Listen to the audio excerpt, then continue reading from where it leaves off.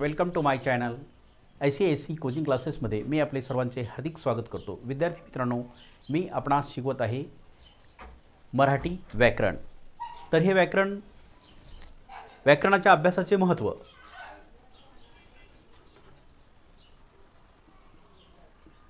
व्याकरणाच्या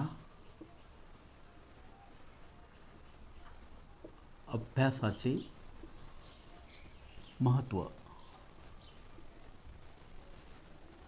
तर मराठी व्याकरण शिकत असताना आपण हे व्याकरण कशासाठी शिकतो, हे व्याकरणाचा उपयोग आपण कोणकोणत्या ठिकाणी कशा पद्धतीने करू शकतो, व्याकरण कसं तयार झालेलं आहे, हे सर्व आपल्याला काय करावं लागतं, हे सर्वांचा आढावा घ्यावा लागतो. आपले विचार, आपल्या भावना इतरांना कळावेत म्हणून आपण काय करतो, एकतर ह्या भावना आपण बोलून दाखवतो किंवा आपण काय करत असतो, लिहून दाखवत असतो. या दोन्ही पद्धतीने आपण काय करत असतो, आपल्या भावना इतरांना कळवत असतो. त्याच पद्धतीने दुसरेसुद्धा लोक काय करत असतात, आपल्याला त्यांच्या भावना एकतर आपल्याला बोलून दाखवतात किंवा लिहून दाखवत असतात.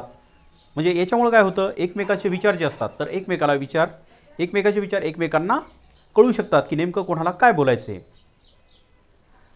त्यासाठी आपल्याला काय करावं लागतं, ही जी आपली भाषा आहे तर विशिष्ट पद्धतीनं अशी बोलावी लागते. आणि भाषेचा उपयोग बिनचूक होणे म्हणजे कुठल्याही प्रकारची चूक होता कामा नये यासाठी आपण काय करत असतो, ह्या व्याकरणाचा अभ्यास करत असतो. भाषेचे महत्त्व समजून घेतले की आपल्याला बिनचूकपणाने महत्त्वही लक्षात येते.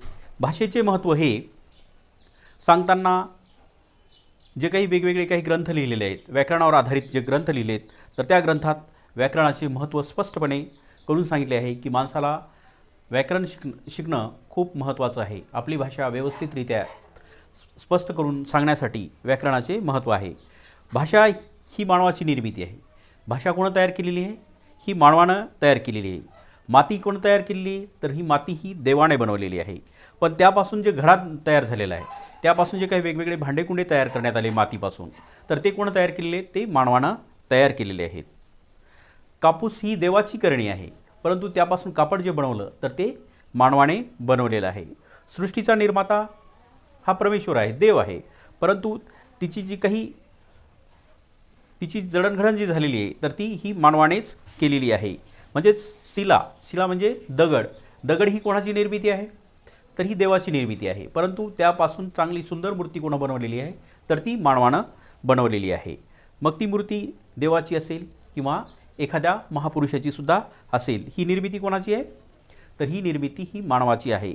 तद्वतच निसर्गदत्त ध्वनीला हे काही निसर्गदत्त म्हणजेच आपल्या तोंडून आपोआप जे काही शब्द बाहेर पडत असतात तर त्यांना काय म्हटलं जातं, त्यांना निसर्गदत्त ध्वनी असं म्हटलं जात असतं. तर त्यांची व्यवस्थितरित्या रचना करण्याचं जे काम केलेलं आहे तर ते मानवाने केलेले आहे. आणि वेगवेगळ्या म्हणजे शतकानुशतके या भाषेचा विकास झालेला आहे. हा विकास जे आहे तर हा विकास एकाएकी झालेला नाही. आज जे काही माणूस शुद्ध स्वरूपामध्ये बोलालेला आहे तर याला कित्येक शतके गेलेली आहेत, किती हजार वर्ष गेलेली आहेत. त्यानंतर ही भाषा ही तयार झालेली आहे. म्हणजेच ही भाषेचं मंदिर उभं राहण्यासाठी वेगवेगळ्या पद्धतीनं ह्या भाषेचा विकास करावा लागलेला आहे. आपल्या मनातील भाव मुखावाटे प्रगट करण्याचे भाषा हे अत्यंत महत्त्वाचे साधन आहे. इतर प्राणी जे आहेत, ह्या प्राण्यांना सुद्धा काय केलेलं आहे, मानवानं भाषा वेगवेगळ्या पद्धतीनं शिकवण्याचा प्रयत्न केलेला आहे. माणूस हा इशाऱ्यानं त्या प्राण्यांना वेगवेगळ्या पद्धतीनं भाषा शिकवतो आणि त्यांच्याकडून कामे करून घेत असतो. तर ह्या सर्व काही मानवी व्यवहार जे असतात तर हे मानवी व्यवहार हे संपूर्णपणे हे भाषेवर अवलंबून असतात. मग आता ही भाषा या पद्धतीनं ती तयार झाली समजा, तर मग त्याचं व्याकरण आणि त्याची आवश्यकता, व्याकरण व त्याची आवश्यकता, व्याकरण व त्याची आवश्यकता. मग मानवानं तर भाषा विकसित केली त्याची. मानवानं भाषा विकसित केल्याच्यानंतर त्याला कशाची गरज पडू लागली आता, की ही शास्त्रशुद्ध भाषा आली पाहिजे. यासाठी त्याला व्याकरणाची निर्मिती करावी लागली. भाषेचा उपयोग करताना आपण ज्या काही बोलत असतो तर त्या चुका होऊ नयेत यासाठी आपल्याला काही वेळा त्या वाक्यरचना जर वेगळ्या पद्धतीने झाली तर ते काय होतं, आपल्याला ते वाक्य खटकतं. म्हणून ते व्यवस्थितरित्या रचना झाली पाहिजे यासाठी त्यांनी काय केलं, हे व्याकरणाचे वेगवेगळे नियम तयार केले. त्याने पुस्तक वाचले, त्याने पुस्तक वाचले, अशा पद्धतीने जर समजा वाक्याची रचना केली तर आपल्याला हे लक्षात येऊन जातं. परंतु हेच जर वाक्य अशा पद्धतीने जर लिहिलं, वाचले, त्याने आणि पुस्तक, तर असं जर वाक्य लिहिलं आपण समजा, तर याचा काही आपल्याला अर्थ लागतो का? बिलकुल काही अर्थ लागत नाही. त्यामुळं शास्त्रशुद्ध पद्धतीनं अशी जर वाक्यरचना केली तर ते वाक्य हे अचूक होऊ शकतं. अशाच या वाक्यरचनेमधूनच काय झालेलं आहे, व्याकरण तयार झालेलं आहे. ठराविक पद्धतीनेच वाक्याची शब्दांची रचना करावी लागते, म्हणजेच तो अर्थपूर्ण असं वाक्य तयार होतं. अर्थपूर्ण वाक्य तयार करण्यासाठी आपल्याला शब्दांची ही ठराविक पद्धतीने रचना करावी लागते. जर आपण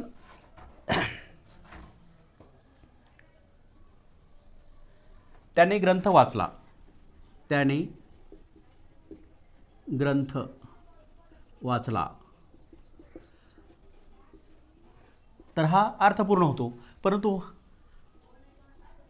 असं आपण जर बोललो लागलो, समजा ग्रंथ वाचला त्याने, तर ही जी वाक्यरचना आहे तर ही वाक्यरचना व्यवस्थितरित्या वाटत नाही. अशा पद्धतीनं काय झालं, ह्या व्याकरणाचं महत्त्व किंवा आवश्यकता निर्माण झाली आहे. भाषेची रचनेचे नियम आपल्या काही अंगवळणी पडलेले असतात. भाषेचे जे आपण नेहमी बोलत असतो, आपली जी मातृभाषा असते, तर त्या मातृभाषा आपण आपल्या बालवयापासून शिकत असतो. त्यामुळं काही जे शब्द असतात तर ते आपल्या आपोआप अंगवळणी पडलेले असतात. आपल्याला ही वाक्य शिकवावंच लागत नाही, मला पाणी द्या, मला पाणी प्यायचे आहे. तर असे हे वाक्य शिकवण्याची गरज पडते का? नाही. तर ते आपल्या अंगवळणी पडलेले शब्द असतात, त्यातून आपण हे वाक्यरचना शिकत असतो. व्याकरण म्हणजे भाषेचे स्पष्टीकरण करणारे शास्त्र. तर व्याकरण म्हणजे काय? मग व्याकरण म्हणजे भाषेचे स्पष्टीकरण करणारे शास्त्र. स्पष्टीकरण करणारे शास्त्र.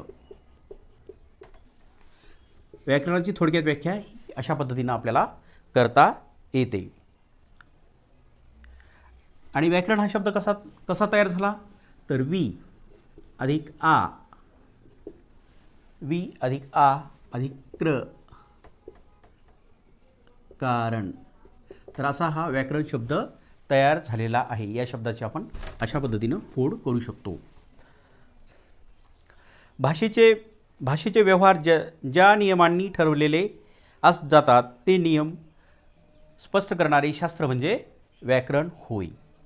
तर ह्या व्याकरणाविषयी भाषेचे नियम जसे आपल्या अंगवळणी पडतात तसे आपण काय करत असतो, ती भाषा व्यवस्थितरित्या बोलत असतो. तर मग अशा पद्धतीनं जे व्याकरण तयार झालं आणि ह्या व्याकरणाचं जे सुरुवातीला वाक्य म्हणजे या शब्दापासून काय बनले, शब्दापासून वाक्य बनले आणि वाक्यापासून हे मोठे मोठे सारांश लेख जे आहेत तर ते लेख तयार झालेले आहेत. अशा पद्धतीनं हे व्याकरण तयार झालेले आहे. तर आता आपण उद्याच्या तासापासून वर्ण विचार हा भाग आपण अभ्यासू.